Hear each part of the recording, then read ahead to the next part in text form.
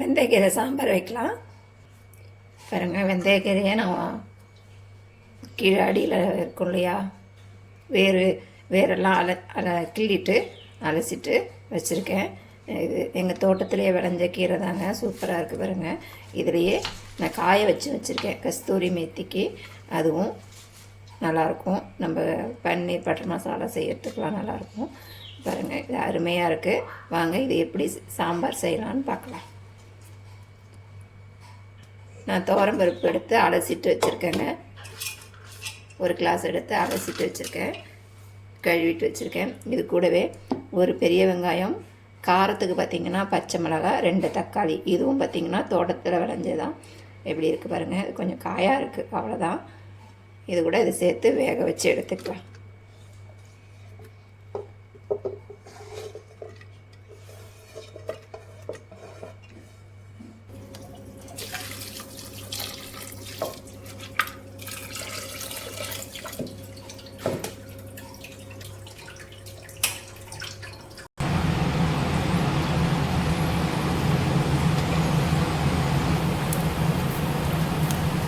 எண்ணெய் காஞ்சிருச்சு, கடுகு சேர்த்துக்கலாம். கொஞ்சமாக சீரகம். கடுகு பொரிஞ்சிருச்சு. 2 காஞ்ச மிளகாயை கிள்ளி வச்சுருக்கேன், இதை சேர்த்துக்கலாம். எடுத்துக்கிட்டிங்கன்னா சின்ன வெங்காயம், அதையும் சாம்பார் வெங்காயம் இருக்கு இல்லையா, அதை சேர்த்து செய்யுங்க, சாம்பார் டேஸ்ட்டாக இருக்கும்.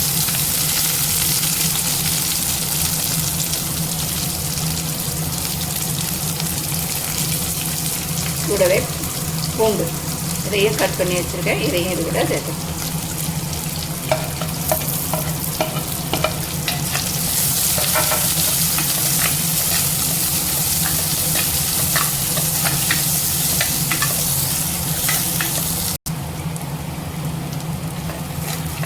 வெங்காயம் பூண்டு இதெல்லாம் நல்லா வதங்கிருச்சு.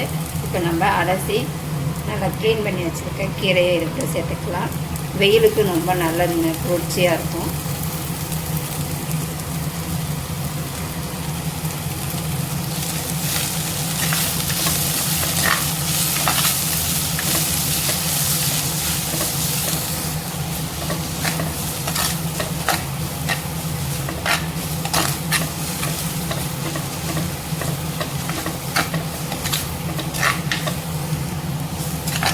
இந்த எண்ணெயிலே ஒரு 2 நிமிஷம் நல்லா வதக்கிக்கலாம்.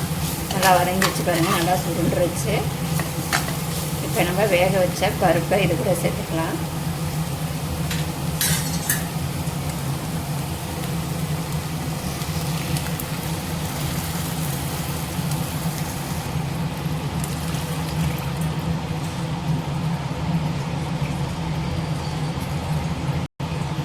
மஞ்சத்தூள், பார்த்திங்கன்னா பெருங்காயத்தூள், கட்டி பெருங்காயம் இருந்தால் கூட சேர்த்துக்கோங்க.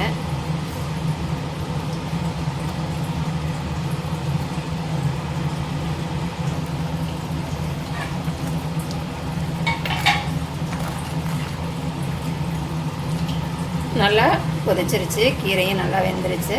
பார்த்திங்கன்னா தேங்காவும் சீரகமும் தண்ணி ஊற்றாமல் சும்மா லைட்டாக ஒரு ஓட்டு ஓட்டி வச்சுருக்கேன், அதை இது கூட சேர்த்துக்கலாம்.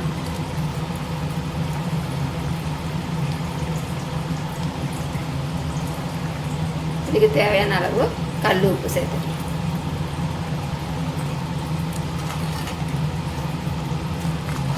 தேங்காய் சேர்த்து செய்யும்போது அதில் சிறு கசப்பாக இருக்கும் இல்லையா, அது பேலன்ஸ் பண்ணும், நல்லா டேஸ்ட்டாகவும் இருக்கும். தேங்காய் சீரகம் அரைச்சி சேர்க்கும்போது பாருங்கள், அருமையாக இருக்குது. நீங்களும் இதேமாரி இந்த வெயிலுக்கு வெந்தயக்கீரை கிடச்சா சமைச்சு சாப்பிடுங்க. நான் தோட்டத்தில் இருந்ததுனால செஞ்சேன், இல்லைனா கடையில் வாங்கி வந்து செஞ்சுருக்கலாம். வீடியோ பிடிச்சிருந்தா லைக் பண்ணுங்கள், ஷேர் பண்ணுங்கள், கமெண்ட் பண்ணுங்கள், மறக்காமல் சப்ஸ்கிரைப் பண்ணுங்கள். இன்னொரு வீடியோவில் சந்திக்கும். இந்த சாம்பாரை பார்த்திங்கன்னா இட்லி, தோசை, சாதம், சப்பாத்தி எது கூட நம்ம வச்சு சாப்பிட்லாம், நல்லா டேஸ்ட்டாக இருக்கும். பாய், இன்னொரு வீடியோவில் சந்திப்போம்.